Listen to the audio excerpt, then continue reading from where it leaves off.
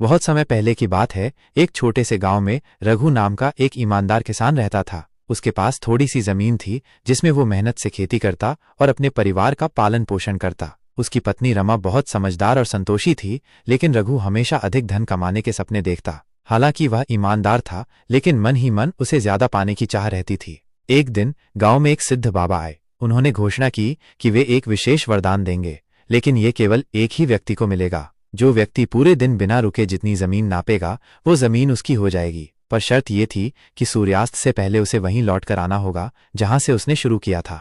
रघु के मन में लालच जागा। उसने सोचा, अगर मैं ज्यादा से ज्यादा दौड़ लूं तो मेरे पास इतनी जमीन हो जाएगी कि मुझे कभी काम करने की जरूरत नहीं पड़ेगी। बाबा की बातें सुनकर रघु का मन बेचैन हो गया। उसने अपनी पत्नी से कहा, रमा, ये तो एक सुनहरा मौका है। अगर मैं जल्दी जल्दी दौड़ूं तो हमारी कई पीढ़ियों तक धन की कमी नहीं होगी। रमा चिंतित थी। उसने समझाया, इतना लालच ठीक नहीं रघु, संतोष में ही सुख है। लेकिन रघु ने उसकी बात नहीं मानी और अगली सुबह बाबा के पास पहुंच गया। बाबा ने कहा, याद रखना, जितना दौड़ोगे उतनी जमीन तुम्हारी होगी, लेकिन सूर्यास्त से पहले वापस आना जरूरी है। रघु ने तेजी से दौड़ना शुरू किया। शुरुआत में तो वो हल्के कदमों से चला, लेकिन फिर उसकी गति बढ़ गई। वो सोचने लगा, अगर मैं थोड़ा और आगे बढ़ जाऊं तो और जमीन मेरी हो जाएगी। रघु ने देखा कि सूरज धीरे धीरे ढलने लगा है। उसने सोचा, अब मुझे लौटना चाहिए। लेकिन तभी उसने एक उपजाऊ खेत देखा और मन में आया, अगर थोड़ा और आगे जाऊं तो ये खेत भी मेरा हो जाएगा।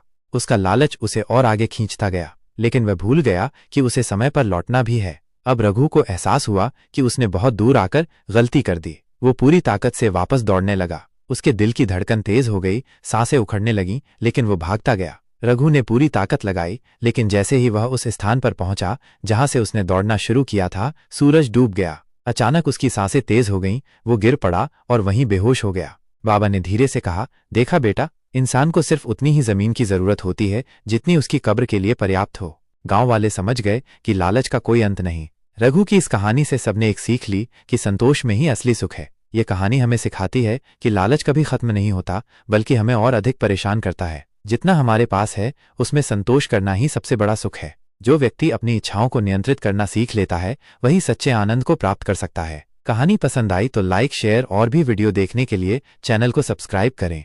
संतोष ही सबसे बड़ी संपत्ति है। यह कहानी एक किसान और उसके लालच के बारे में है, जो हमें सिखाती है कि संतोष में ही असली सुख है।